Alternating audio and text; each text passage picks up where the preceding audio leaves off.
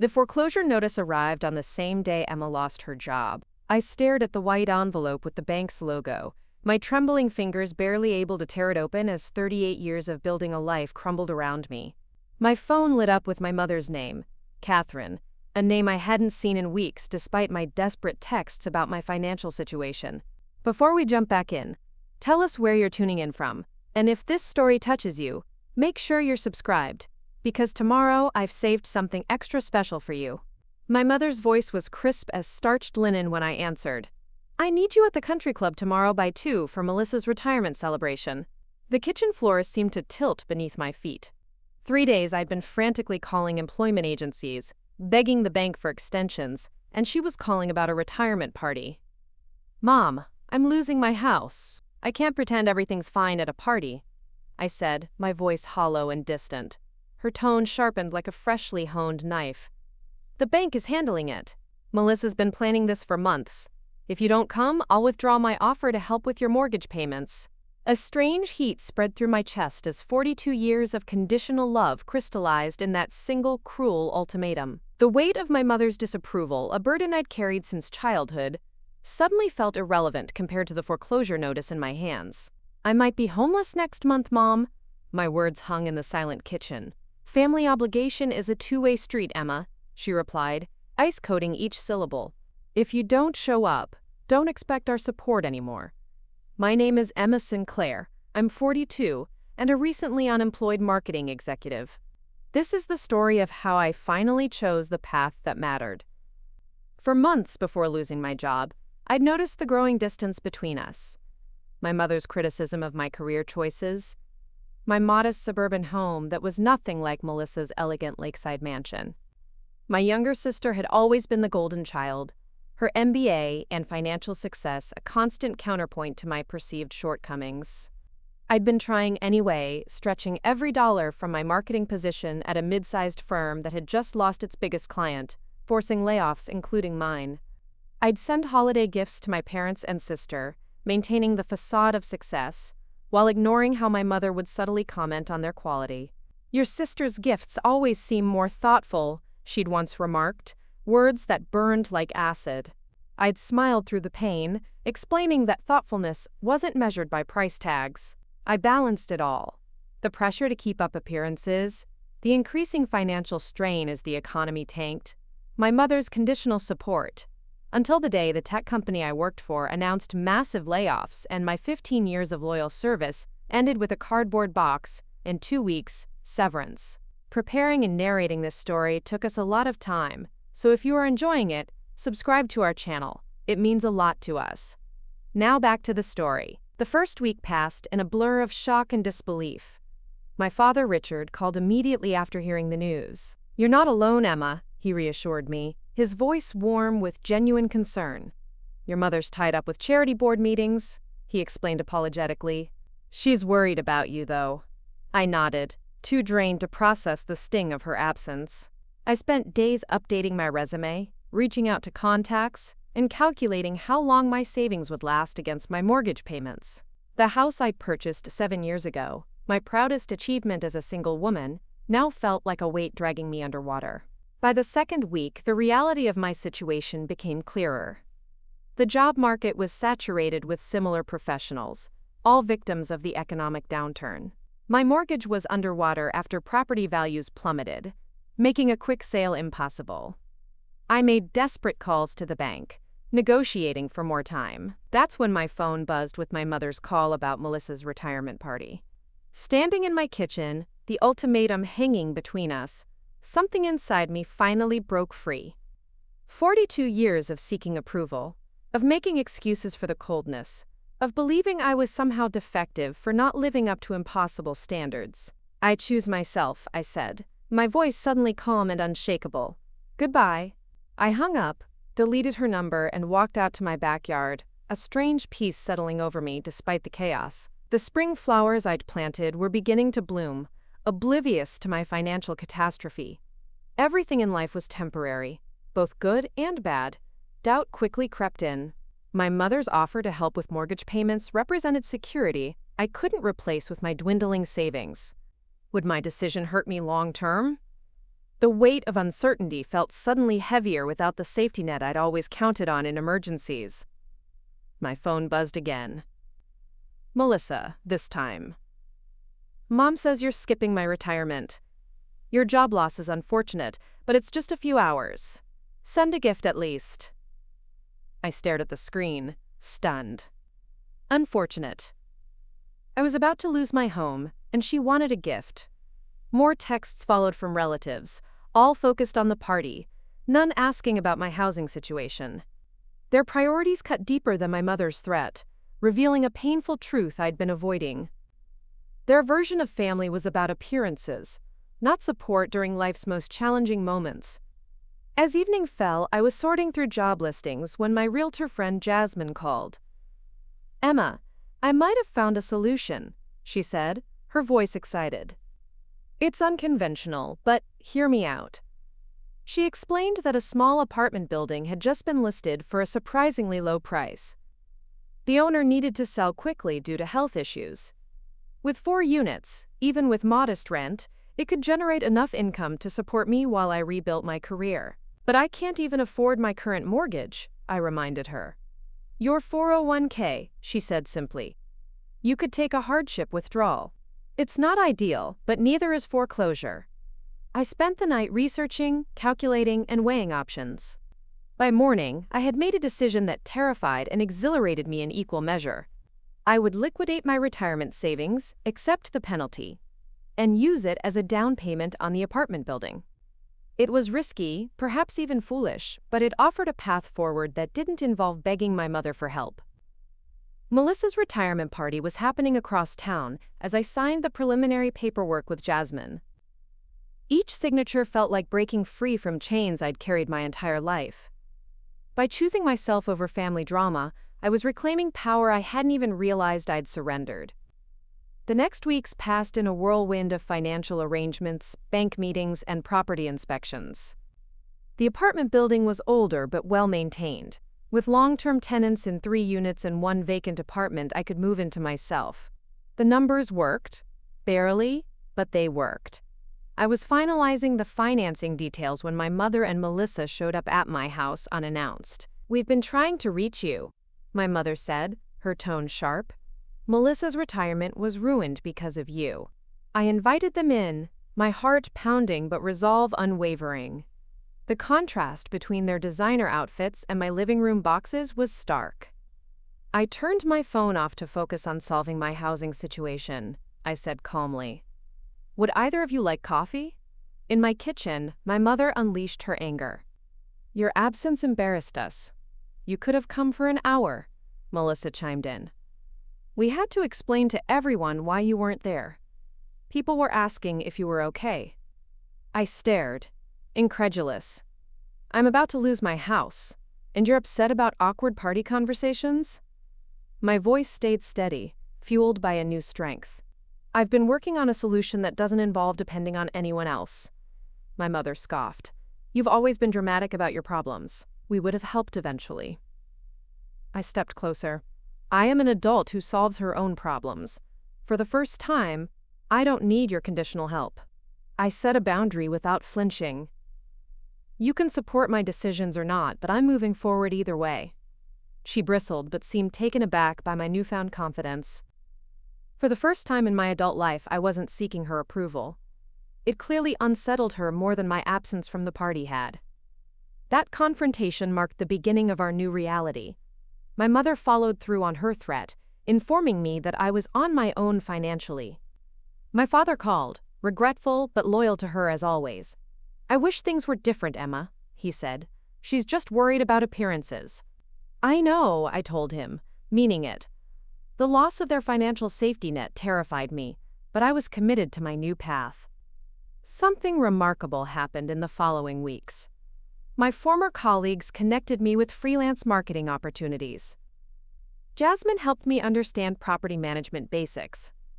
My neighbor Thomas, a retired contractor, offered to help with minor repairs in exchange for occasional dog sitting. We discovered that real family isn't always blood. It's the people who show up without conditions when life falls apart. The apartment building became my world. I moved into the vacant unit, downsizing dramatically but feeling lighter with each box I unpacked. The other tenants, an elderly couple, a nursing student, and a young family, became my impromptu community.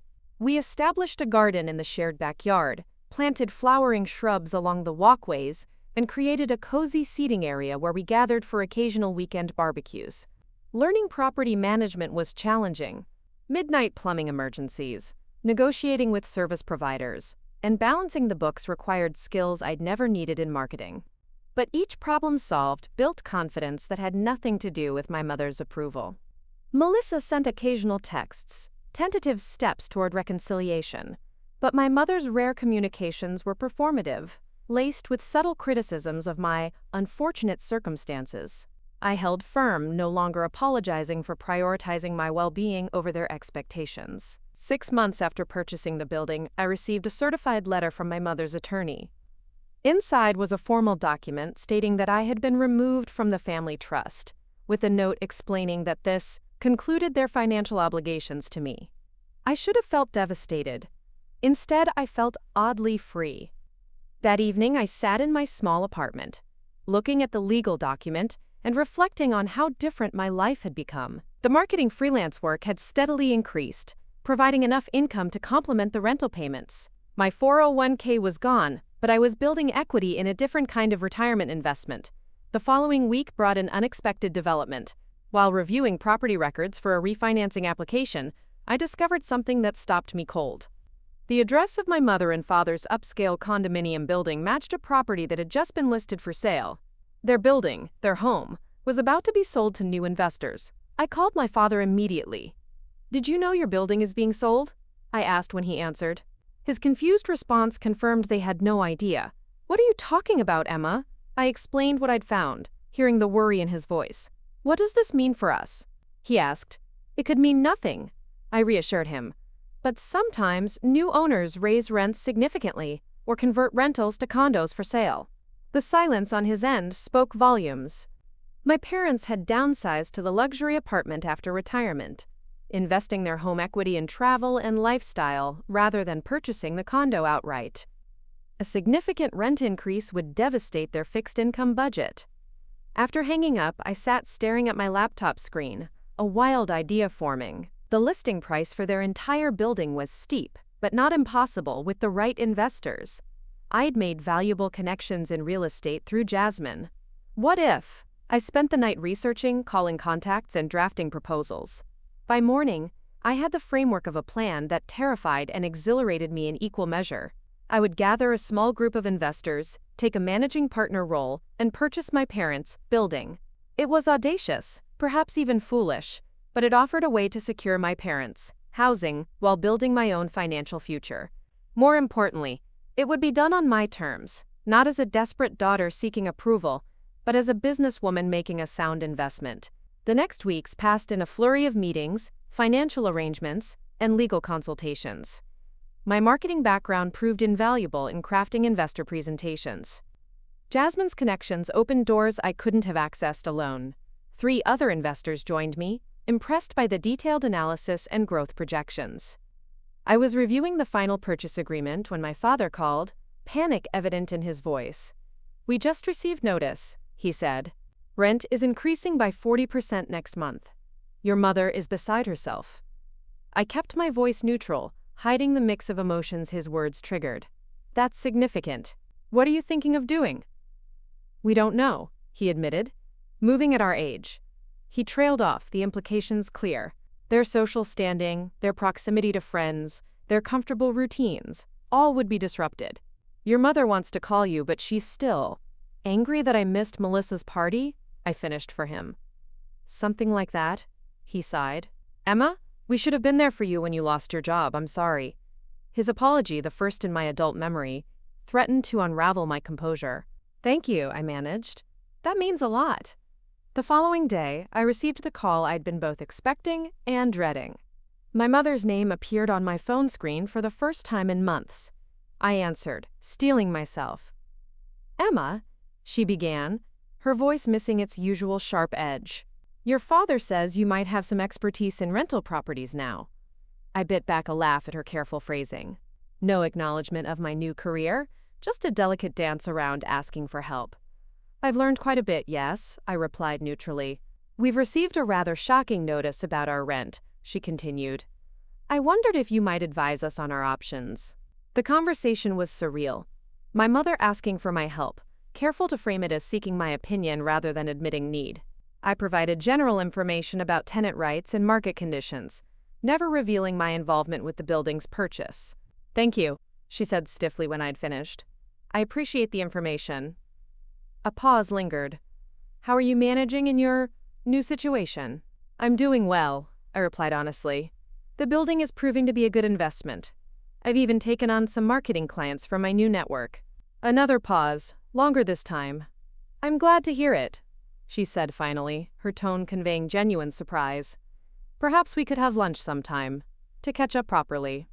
The invitation, awkward as it was, represented a shift I hadn't anticipated. I'd like that, I said carefully.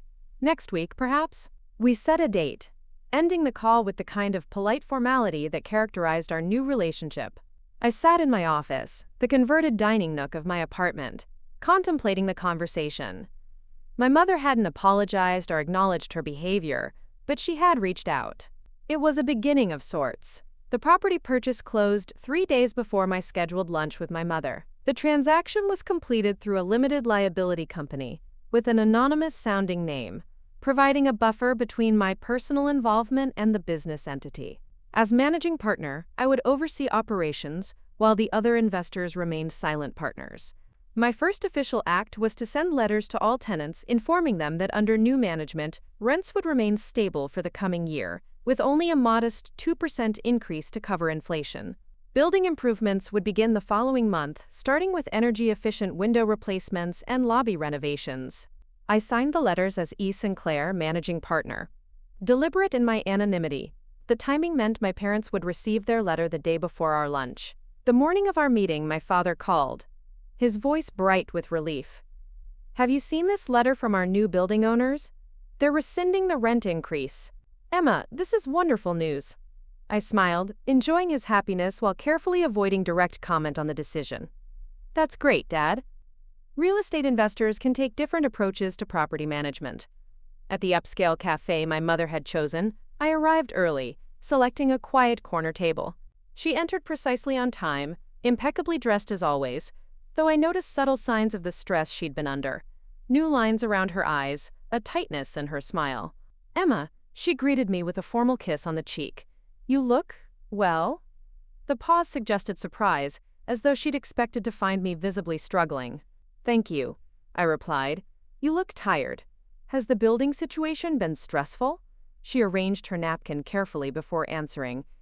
It has been challenging. Your father and I were quite concerned. But we've received unexpected good news. The new owners seem more reasonable than anticipated. I nodded, fighting to keep my expression neutral. That's fortunate. The conversation meandered through safe topics. Melissa's new vacation home, mutual acquaintances, restaurant recommendations. My mother studiously avoided mentioning my career change or housing situation until our entrees arrived. Your father mentioned you've become involved in property management, she said finally, examining her salad with undue interest. It seems an unusual choice. Necessity often leads to unexpected paths, I replied. When the traditional options disappeared, I had to create alternatives. She looked up, meeting my eyes directly. You always were resourceful. Even as a child. The comment held none of her usual comparisons to Melissa, no subtle criticism. I worried when you lost your position. I should have. She trailed off, rearranging her silverware. Called to check on me instead of demanding I attend a party? I supplied gently. A flush crept up her neck. Yes, that was inappropriate of me. Coming from my mother, this oblique acknowledgement was the equivalent of a tearful apology from anyone else. I recognized the effort it represented. Thank you for saying that, I said simply. She straightened her shoulders. Your father and I received a letter yesterday from our building's new management. They're maintaining almost the same rent level, which is quite remarkable in this market. I smiled. That's excellent news. Indeed, though I find myself curious about these new owners. The letter was signed by someone with your initial, E. Sinclair. Her gaze sharpened. A coincidence, I'm sure. The moment hung between us. I could continue the charade, maintain the separation between my family relationships and business decisions, or I could reveal the truth and face whatever came next. Not a coincidence, I said quietly. I'm part of the investment group that purchased your building. Her fork clattered against her plate. You purchased our building? How is that possible? You lost your house. I lost my house, but found a new path, I corrected. The apartment building I bought has been profitable. I made connections, found partners.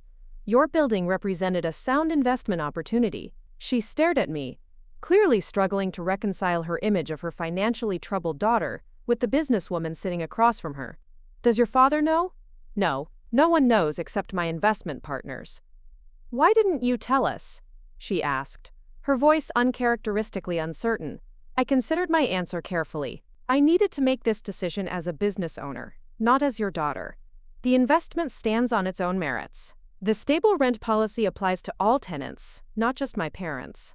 But you could have used this to… She stopped, perhaps realizing what she was about to say. To force a reconciliation? To make you acknowledge you were wrong? I finished for her. That would make me no better than you were when you used financial support as leverage. The truth of my words hung between us. For perhaps the first time in my adult life, I saw genuine reflection in my mother's expression. I've never been very good at separating love from control, she said finally, the admission clearly difficult. Your father points this out frequently. I reached across the table, covering her hand with mine. I'm learning that love without conditions is the only kind worth having, in families and in business. She didn't pull away. Your building, the one you live in now, is it nice?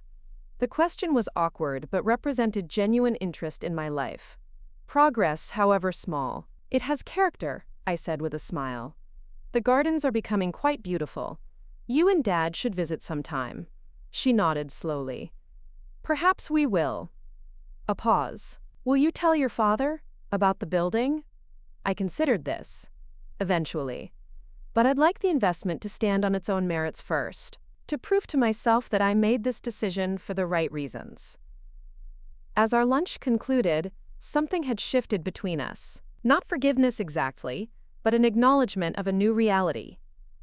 I was no longer the daughter seeking approval, but a woman who had found her own path. My mother was no longer the arbiter of my worth, but simply a woman with her own flaws and strengths.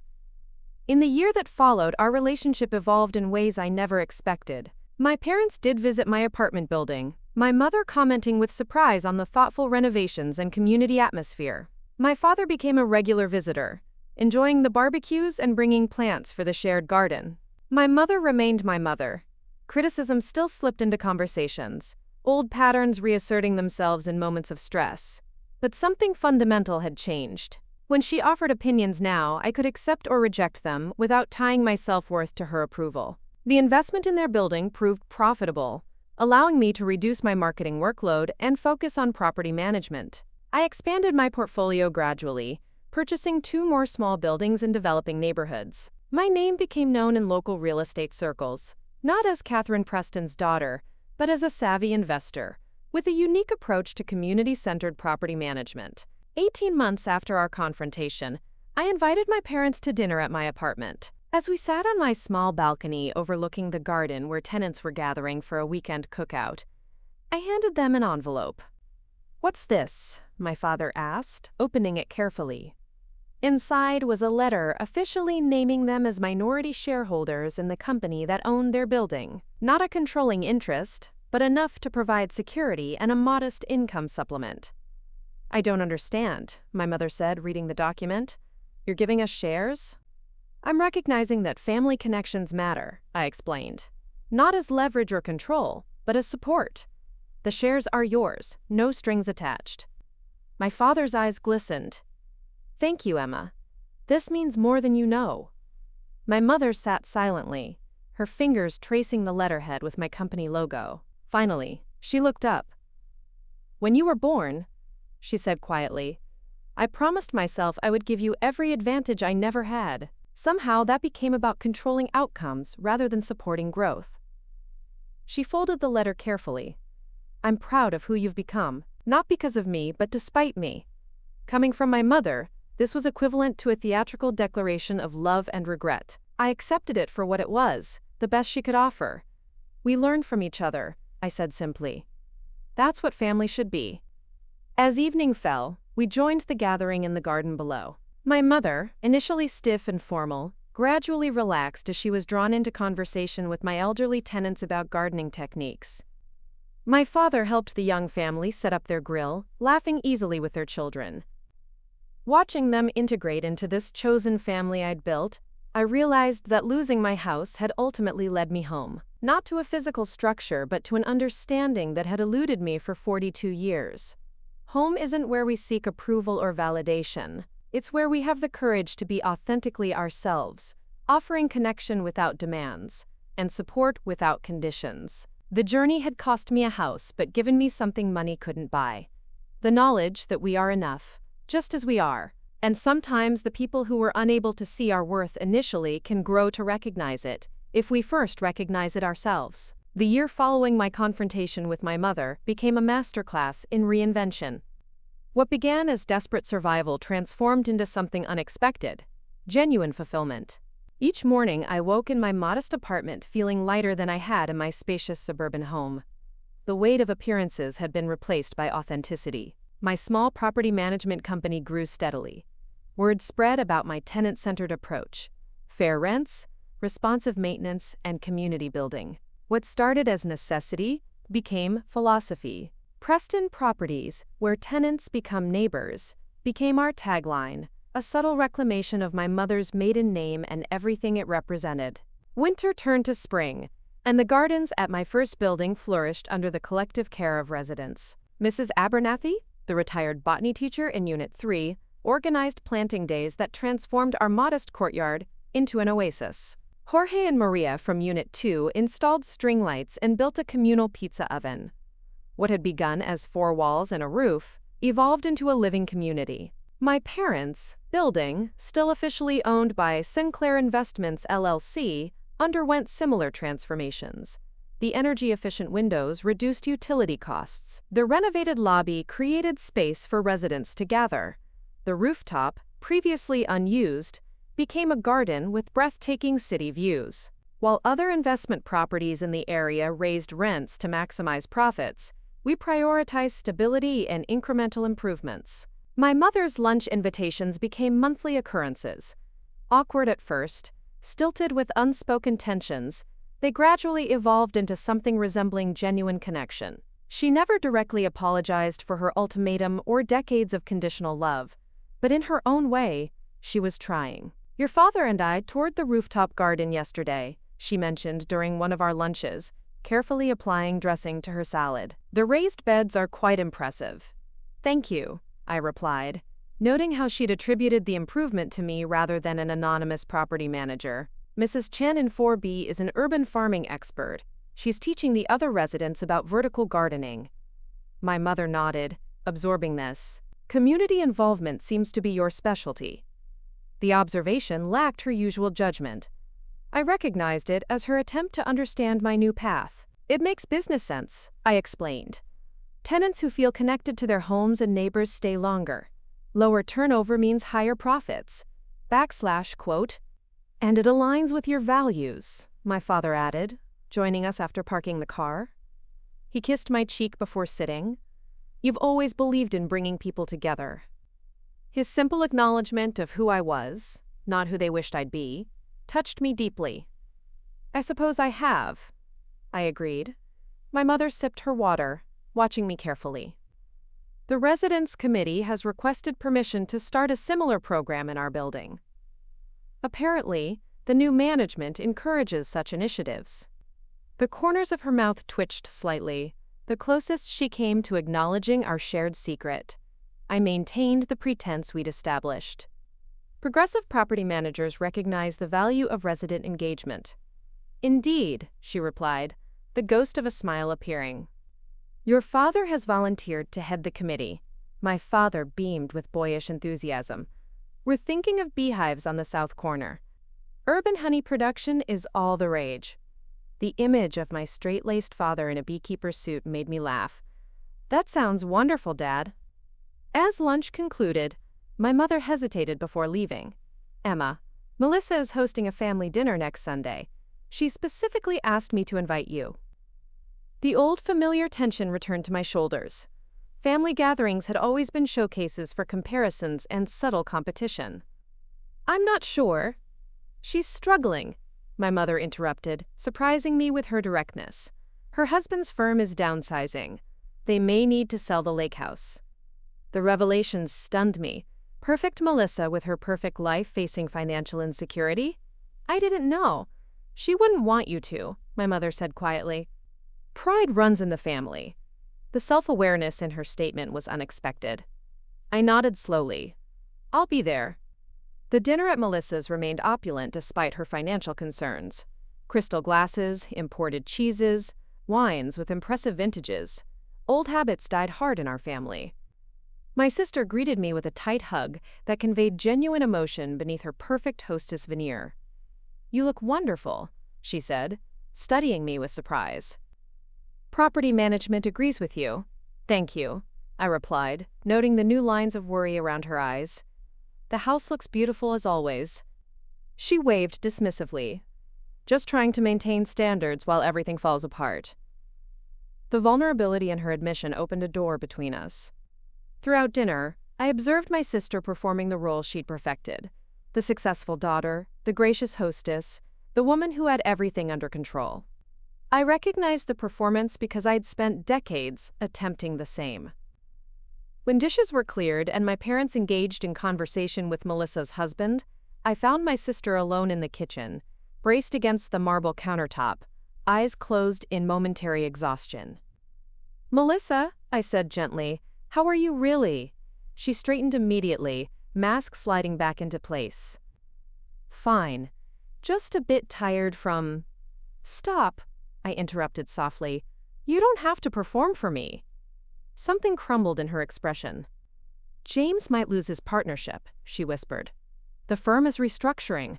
We've leveraged everything: the house, the cottage, our retirement funds. If his income drops even 20%. I nodded, understanding completely. "You're terrified." "How did you do it?" she asked suddenly.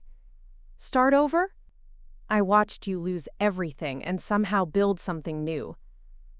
I judged you for it, God. I was so smug. And now I might be facing the same cliff." The sincerity in her question dissolved decades of rivalry. "One day at a time," I told her. By accepting help when it was offered without strings. By redefining success on my own terms. "Mom said you refused her money." I chose my words carefully. "I refused conditional support. There's a difference." Melissa considered this. "She's different with you now. Softer somehow." She shook her head in wonder. "What changed?" "Everything," I said simply.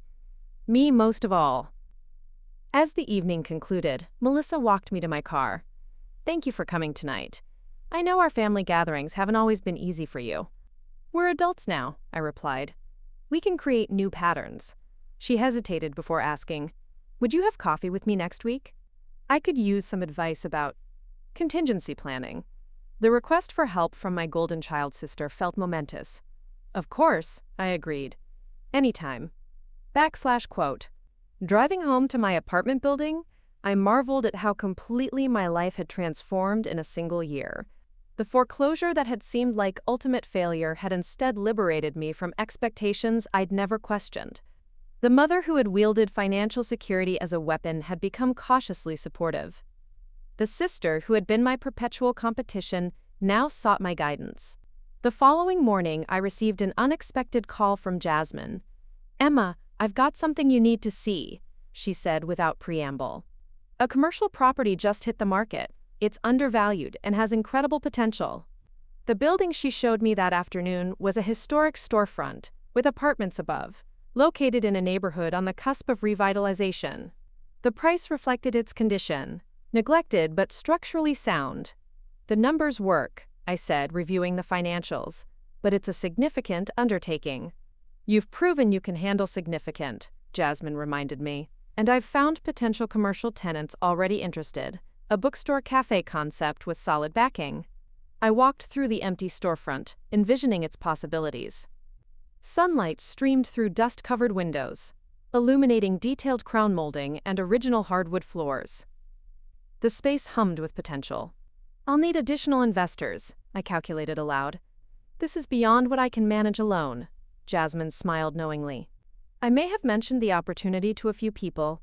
Your reputation is growing, Emma. There's interest. 2 days later, I met with potential investment partners, a retired architect, a local business owner, and surprisingly, my father. He arrived last, settling into a chair with uncharacteristic nervousness. Dad, I greeted him, confused. What are you doing here? He straightened his tie. Investing, I believe it's called. After introducing the project to the group, outlining renovation costs, projected returns, and management plans, we discussed partnership terms. My father remained mostly silent, observing the proceedings with interest. When the others had left, he finally explained his presence. I've admired what you've built, Emma. Your mother and I have discussed it at length. Mom knows you're here? I asked, incredulous. He nodded. The shares you gave us in Sinclair Investments. We'd like to reinvest the dividends in your new project, if you'll have us as partners. The offer stunned me. Dad, are you sure? This is riskier than the apartment buildings. Risk is relative, he said thoughtfully. The greater risk would be failing to support my daughter when I have the opportunity. His words healed something deep within me. I'd be honored to have you as an investor. The partnership formed quickly. Renovation began on the commercial property, transforming the neglected building into a showcase of historic preservation meets modern functionality. The bookstore cafe signed a 10-year lease, providing stable anchor income while we renovated the apartments above. Meanwhile, my coffee with Melissa evolved into weekly strategy sessions. As her husband's partnership dissolved, they faced difficult decisions about their financial future. I helped her create contingency plans, evaluate their real estate holdings, and consider career alternatives she'd never imagined necessary. I could sell real estate, she mused during one of our meetings. I've always had an eye for property value. You'd be excellent, I agreed. Your network alone would give you a significant advantage. She looked up from her notes, expression serious. Would you consider taking me on at Preston Properties? As an apprentice of sorts? I know nothing about property management, but I'm willing to learn.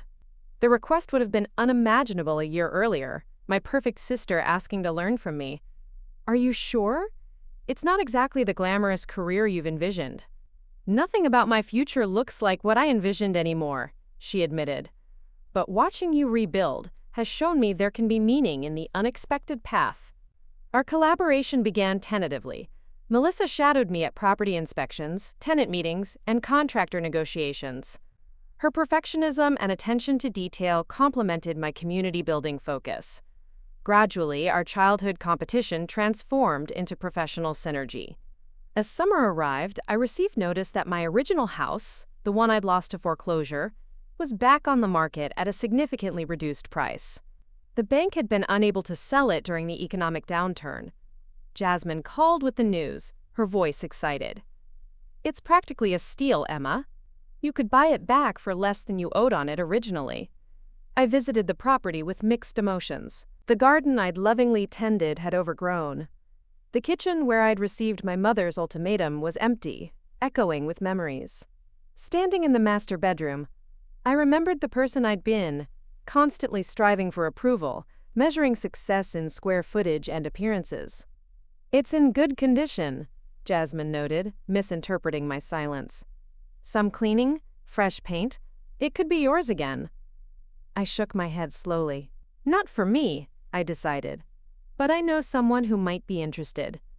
The next day, I showed the property to Jorge and Maria, the young family from my apartment building. With their second child on the way, they had been saving for more space but struggling to find anything affordable in good school districts. We couldn't possibly, Maria whispered, running her hand along the kitchen counter. This neighborhood is beyond our budget. The market has changed, I explained. And I've spoken with lenders who work with first-time homebuyers. The numbers could work, especially if you're willing to make some repairs yourselves. Jorge, a skilled carpenter, was already examining the built-in bookshelves with professional interest. These are solid oak, beautiful craftsmanship. Within a month, the young family closed on my former home. I attended their housewarming, watching their children race through rooms that had once been my pride and prison. There was something profoundly healing in seeing the space filled with authentic joy, rather than carefully curated appearances. As autumn approached, the commercial renovation neared completion. The building's historic facade had been restored to its original grandeur, while the interior balanced preservation with modern functionality. The bookstore cafe prepared for its grand opening, generating buzz throughout the neighborhood. My father, to everyone's surprise, including his own, had become deeply involved in the project. His corporate background translated surprisingly well to construction management. He visited the site daily, developing easy rapport with contractors and demonstrating unexpected knowledge of historical architectural details. "Your father missed his calling," the general contractor commented one afternoon. "He should have been a builder."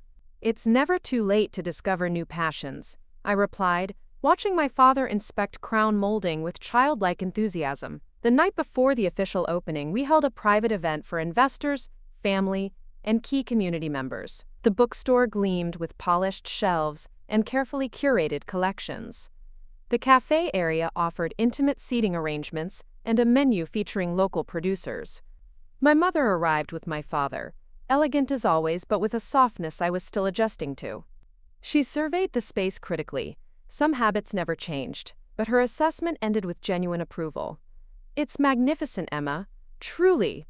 Melissa circulated confidently among guests, having recently passed her real estate licensing exam. Her husband, adjusting to his new position at a smaller firm, seemed relieved rather than defeated by their downsized lifestyle. As the evening progressed, I found myself on the rooftop terrace we'd created above the building.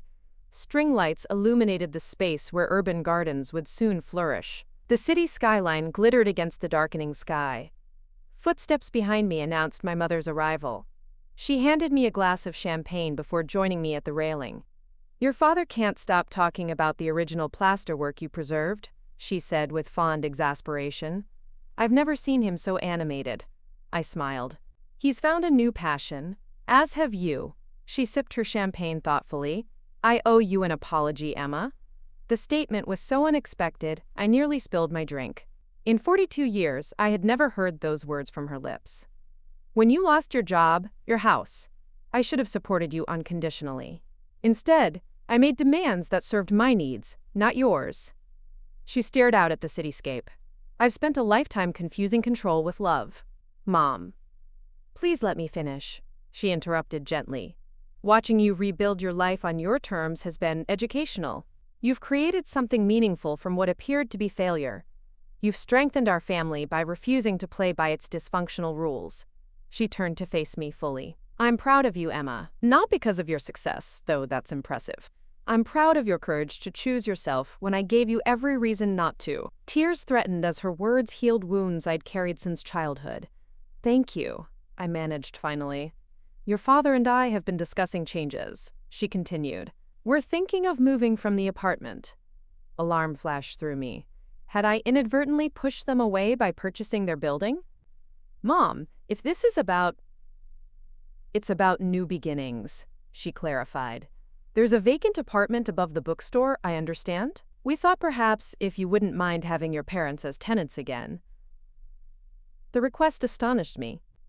My proper, appearance-conscious mother wanting to live above a commercial space in a neighborhood still in transition? "Are you serious?" "Entirely," she confirmed. "Your father talks of nothing else but the renovation. The community you're building here intrigues me. And," she hesitated, "being closer to you appeals to us both." "The apartment needs work," I cautioned. "It's not as luxurious as your current place." She waved dismissively. "Luxury becomes tedious without purpose. I'd rather be part of something meaningful." As guests began departing, my father found us on the terrace. "There you are," he exclaimed. "Emma, I've been thinking about the apartment upstairs. The eastern exposure would be perfect for your mother's orchids." My mother and I exchanged amused glances. We were just discussing that possibility, she informed him. His face brightened. Wonderful. I've already measured for bookshelves. Later that night, after everyone had gone and I stood alone in the quiet bookstore, I marveled at life's unexpected turns. The foreclosure notice that had seemed like an ending had instead been the beginning of a more authentic life. The mother who had once used financial security as leverage now asked to be part of the world I'd built. The father who had stood silently by had found his voice and passion. Most surprisingly, I had transformed from a woman desperate for approval into someone who measured success by different standards. Community created, authenticity maintained, connections deepened. My phone buzzed with a text from Melissa. The event was perfect. Lunch tomorrow to discuss the West Side property? I smiled, typing back confirmation. Even our sibling rivalry had evolved into partnership based on mutual respect rather than competition. Outside, autumn leaves danced along the sidewalk in front of my newest building. The vintage storefront would officially open tomorrow, bringing renewed life to a street that had languished for years. The apartments above would soon house my parents, 2 artists from the local university, and a retired teacher who had already volunteered to start a reading program in the bookstore. I locked the door behind me, feeling a profound sense of completion. Not an ending. There was still so much to build, to grow, to create, but a circle closing. I had lost a house but found my way home to myself, to authentic connection, to the knowledge that true security comes not from walls and deeds, but from the courage to live according to your own definition of success. The foreclosure that my mother had once viewed as shameful failure had become the catalyst for genuine fulfillment, not just for me, but for our entire family. By choosing myself in that pivotal moment of crisis, I had opened the door to a life richer than anything I could have imagined, while striving for approval I didn't need. Sometimes losing everything is the only way to discover what truly matters. And sometimes, the people who cannot see your worth initially can grow to recognize it, if you first recognize it yourself. The grand opening of Sinclair Marketplace, as we'd named the renovated historic building, exceeded all expectations. Lines formed outside the bookstore cafe before the doors officially opened. Local news covered the event as a symbol of neighborhood revitalization. By mid-afternoon, the cafe had sold out of pastries twice, and the bookstore's sales had surpassed their most optimistic projections. I observed the bustling scene from a quiet corner, marveling at how completely my life had transformed in 18 months. The foreclosure notice that had once felt like a death sentence had instead been a rebirth. I'd lost a house but gained an empire built on principles I truly believed in. Quite the success, came a familiar voice beside me. Thomas Chen, my most significant investor from the apartment building venture, surveyed the crowd with approval. Your instincts about this neighborhood were spot on, /quote. Thank you for believing in the vision, I replied. Thomas had been the first to invest in my fledgling company when others saw only risk. His confidence had helped secure additional backers when I most needed them. He sipped his coffee thoughtfully. I've been meaning to discuss something with you. My investment group has acquired several properties in Denver. We need someone with your approach to manage them. The proposal caught me off guard. Denver? That's a significant expansion. Growth often is, he observed. Your model works, Emma. Community-centered property management with fair returns for investors. It's replicable, scalable, and exactly what these neighborhoods need. A younger version of myself would have immediately demurred, citing limitations and fears. Instead, I considered the opportunity with newfound confidence. I'd need to review the portfolio, establish relationships with local contractors, understand the regulatory environment. Thomas smiled. Precisely why you're the right person. Due diligence before decision-making. He handed me a business card. The details are ready when you are. Take your time, but not too much. Opportunities like this don't linger. As he moved away to greet other guests, Melissa appeared at my side, her expression curious. What was that about? Thomas looked serious. I explained the Denver proposition. Her eyes widened with excitement. Emma, this is huge. Regional expansion within 2 years of starting your company? It's a significant undertaking, I cautioned. We've just stabilized operations here. She studied me with the perceptive gaze that had made her transition to real estate remarkably successful. In the past 6 months, her client list had grown impressively as she leveraged her social connections into business relationships. You're hesitating. Why? I gestured around us. I've just built this. My parents are moving into the apartment upstairs next week. You and I are finally working well together. Expansion means dividing my attention. Hiring management I can't directly oversee. Growth requires letting go, she noted. Remember what you told me when James lost his partnership? Sometimes losing what we cling to creates space for something better. Hearing my own wisdom reflected back to me brought a rueful smile. Using my words against me? Learning from you, she corrected. The Emma who bought her first apartment building would never have believed she'd be considering multi-state property management. What else might be possible if you keep saying yes to opportunity? Her question lingered as I circulated through the event, greeting community members, answering questions about future development plans, and watching my father proudly give impromptu tours highlighting the building's historical features. By evening, as the crowd thinned and staff began closing procedures, a decision had crystallized. I found Melissa helping arrange chairs for a reading scheduled the following day. If I pursue the Denver opportunity, I began without preamble. Would you consider taking on greater responsibility here? Her hands stilled on the chair back. Are you offering me a promotion? A partnership, I clarified. Preston Sinclair Properties. You'd manage the local portfolio while I develop the expansion. Profit sharing, equity stake, decision-making authority. She sat down heavily. You're serious? Entirely. You understand the business model, share the values, and have complementary skills. Your attention to detail balances my big-picture thinking. What about my real estate license? I've just started building my client base. Keep it, I suggested. Property acquisition expertise strengthens our company. We could create a division specifically for identifying investment opportunities. Her expression shifted from shock to calculation as she considered the possibilities. I'd need to discuss it with James. Of course.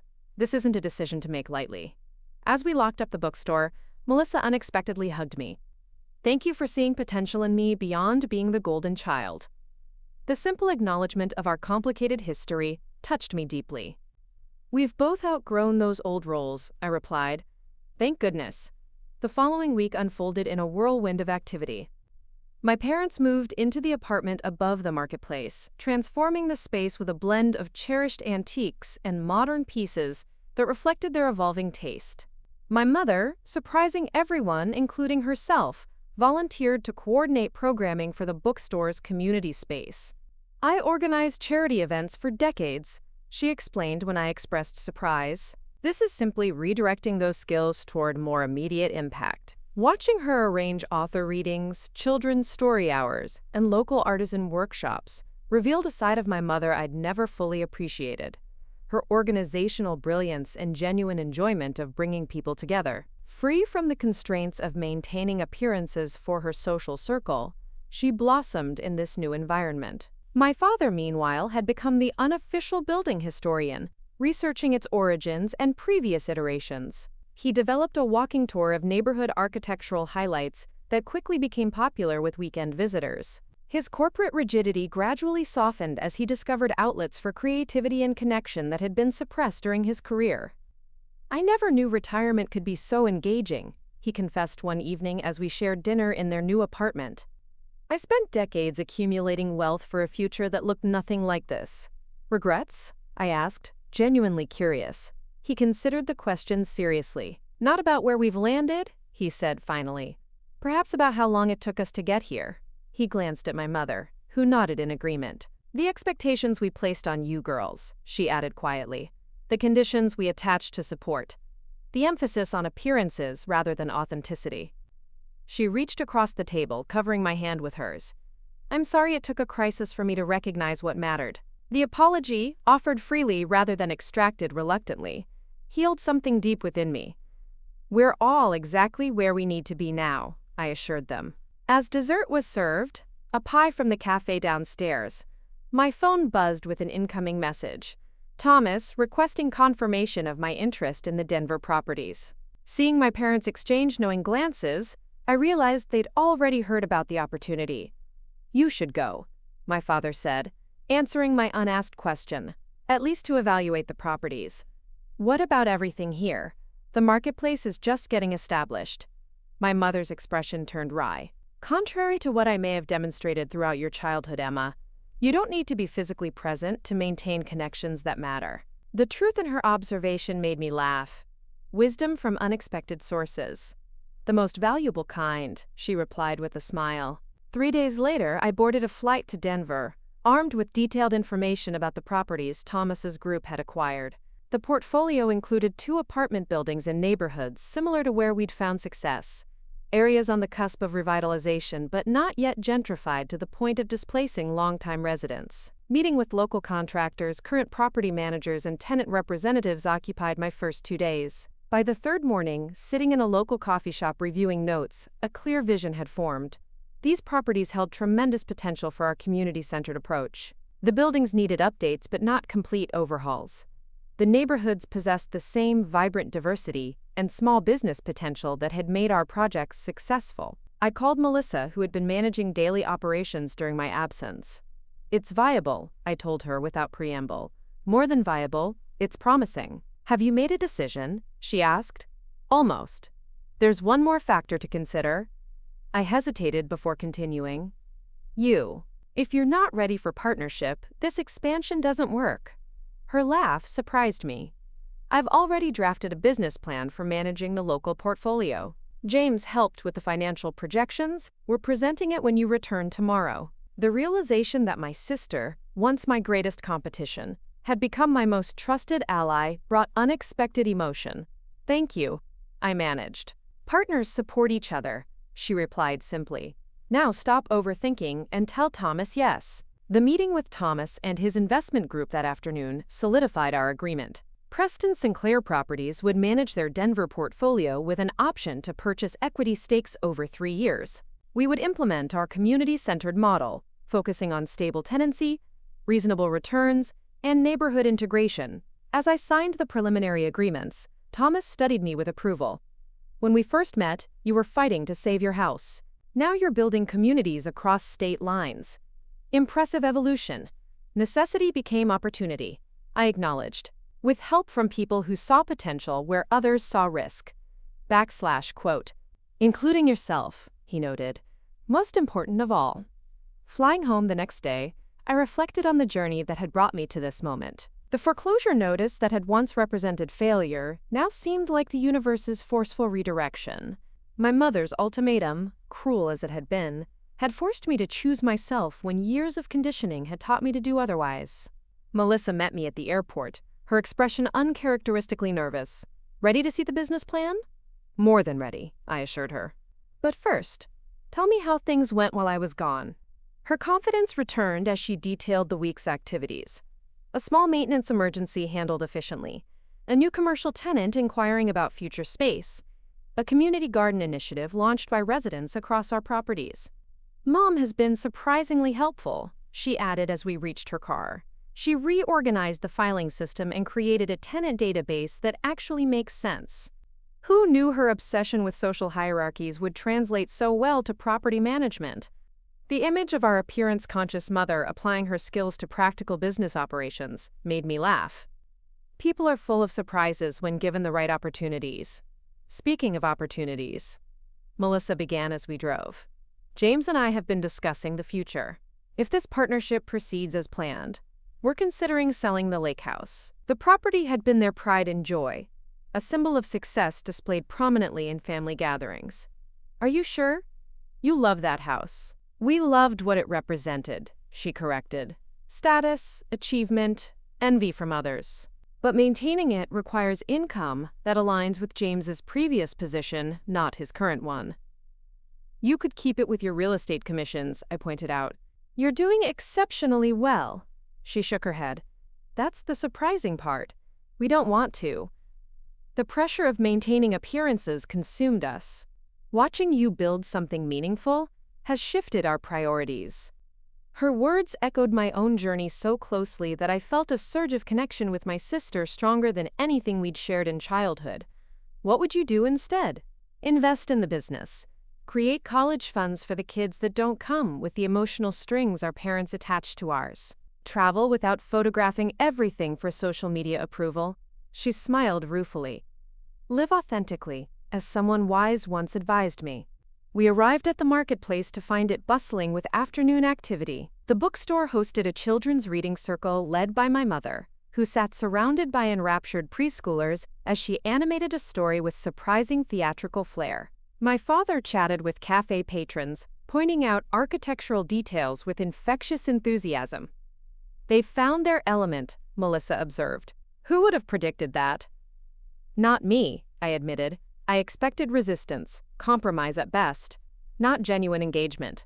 "People rise to the level of trust we place in them," she noted. Another lesson from my wise sister. The formal partnership agreement between us was signed the following week in the community room above the bookstore. Our parents attended as witnesses, along with James and Thomas. What might have been a simple business transaction became instead a celebration of transformed relationships and new beginnings. To Preston Sinclair Properties. My father toasted, raising his glass. Built on foundations stronger than brick and mortar. The Denver expansion proceeded more smoothly than anticipated. Melissa thrived in her role managing local properties, implementing systems and structures that enhanced our community-focused approach.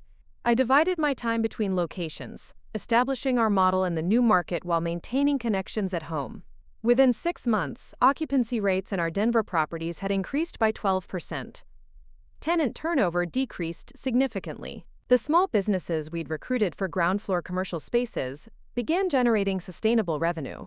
Most importantly, residents began creating the same sense of community we'd nurtured in our original properties. "The model works," Thomas acknowledged during a quarterly review. "Your instincts about scalability were correct." His investment group introduced us to colleagues in Chicago, then Minneapolis. Each introduction led to new opportunities, carefully evaluated and selectively pursued. Preston Sinclair Properties expanded thoughtfully, maintaining our core values while adapting to local needs and conditions. As our second anniversary approached, we gathered for a company retreat at my parents' mountain cabin, a property they'd owned for years but rarely used until recently. The team had grown to include property managers, maintenance coordinators, and community engagement specialists across 4 cities. Sitting around a massive bonfire on our final evening, I marveled at how completely my definition of success had transformed.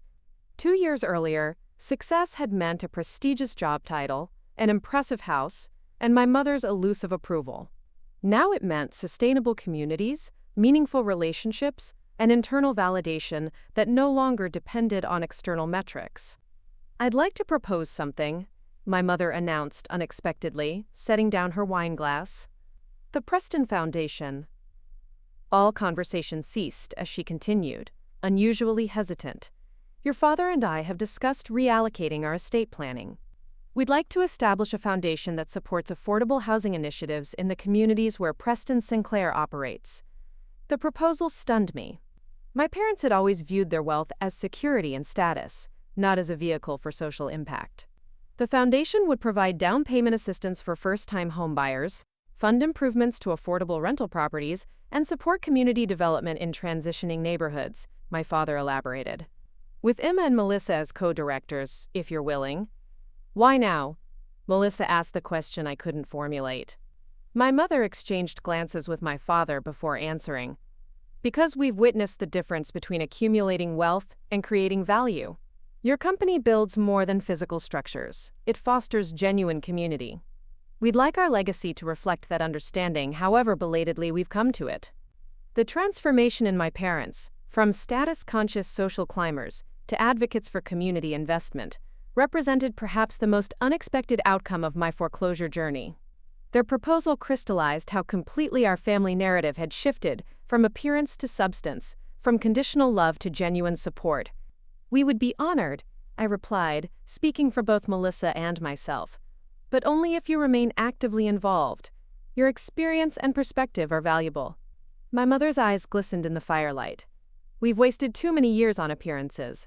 We'd like to spend whatever time remains on things that matter." As our company continued expanding over the following year, the Preston Foundation became an integral component of our business model. Each new property acquisition included foundation-supported initiatives for community development. My mother, applying her formidable organizational skills, created systems for evaluating proposals and distributing resources effectively. My father, meanwhile, developed a mentorship program connecting retired executives with small business owners in our commercial spaces. The program provided guidance on business planning, financial management, and sustainable growth strategies that helped ensure tenant success and stability. 3 years after receiving that devastating foreclosure notice, I stood on the rooftop garden of our newest acquisition, a former manufacturing facility transformed into affordable live-work spaces for artists and entrepreneurs. The Denver skyline glittered against the evening sky as team members, investors, and community partners celebrated the building's official opening. "Quite a view," came my mother's voice as she joined me at the railing.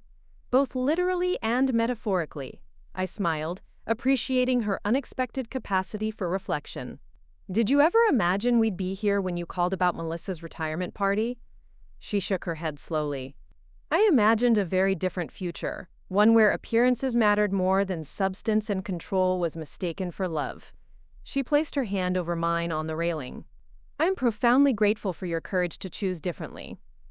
"Not just for me," I acknowledged. "For all of us." Below us, Melissa charmed potential commercial tenants, while my father guided residents through the building's sustainability features. James, having found unexpected fulfillment in a smaller firm, with less pressure and more purpose, discussed community programming with local artists. "The foundation received an interesting proposal yesterday," my mother mentioned. "A foreclosure intervention program. It would provide emergency assistance to homeowners facing temporary financial crises, enough to prevent foreclosure while they stabilize their situations." The synchronicity of the universe never ceased to amaze me. The very thing that might have saved my house. /quote. "But then would we be standing here?" she asked perceptively. "Would this company exist? Would our family have transformed?" "Probably not," I admitted. "Some lessons require losing everything to fully understand. The program needs a director," she continued. "Someone who understands both the practical and emotional dimensions of housing insecurity. Melissa suggested you might have thoughts about who could fill that role." I considered the possibility, feeling a circle completing. I might know someone perfect for it. Later that evening, as guests departed and staff began cleanup procedures, I found myself alone in the building's restored industrial lobby. The space hummed with potential: exposed brick walls, soaring ceilings, and carefully preserved structural elements that honored its manufacturing history while embracing its residential future. My phone buzzed with a message from Thomas. "Seattle portfolio documents ready for review. Interested?" I smiled at his directness. Another expansion opportunity. Another chance to extend our community-centered model. 3 years ago, such responsibility would have terrified me. Now it felt like a natural evolution. "Send details. We'll review this weekend," I replied. As I prepared to leave, a young woman approached hesitantly. I recognized her as one of the new residents, a metalwork artist who had moved from an increasingly unaffordable neighborhood. "Miss Sinclair? I just wanted to say thank you," she began. "My previous landlord raised rent by 30% with 2 weeks' notice. I was facing homelessness or leaving the city and my established client base.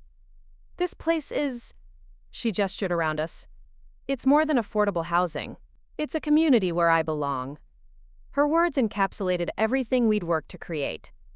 "That's exactly what we intended," I told her. "Welcome home."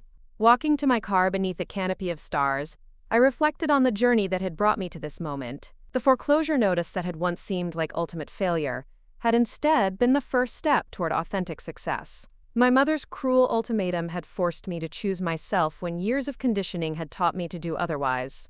I had lost a house but gained an empire built on values I truly believed in. I had lost conditional family support but gained authentic relationships stronger than anything financial security could provide. Most importantly, I had lost the exhausting pursuit of external validation and discovered the freedom of defining success on my own terms.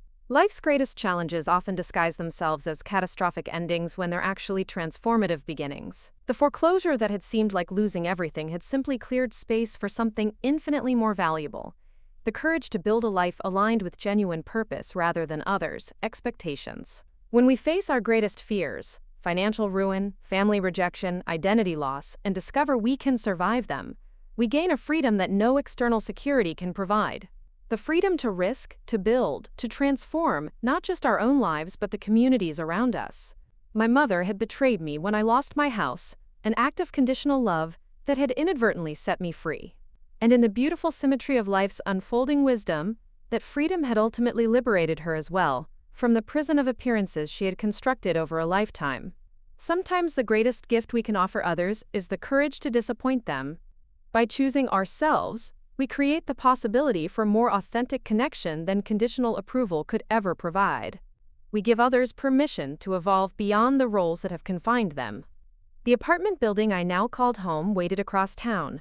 A modest two-bedroom unit with a view of the community garden where residents gathered on summer evenings. It wasn't the impressive suburban house I'd once possessed, but it was something far more valuable. It was the place where I had learned that true security comes not from walls and deeds, but from the courage to live authentically. And that lesson had proven more valuable than any property portfolio or investment return. It had transformed not just my life, but the lives of everyone connected to me: family, colleagues, residents, communities. The ripple effects continued expanding in ways I could never have imagined when I stared at that foreclosure notice 3 years ago. Loss is never the end of the story, unless we allow it to be. It's simply the universe's way of clearing space for what wants to emerge, if we have the courage to walk through the uncertainty without clinging to outdated definitions of success or safety.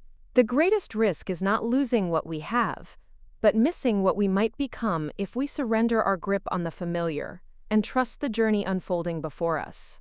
Up next, you've got 2 more standout stories right on your screen. If this one hit the mark, you won't want to pass these up. Just click and check them out. And don't forget to subscribe and turn on the notification bell so you don't miss any upload from us.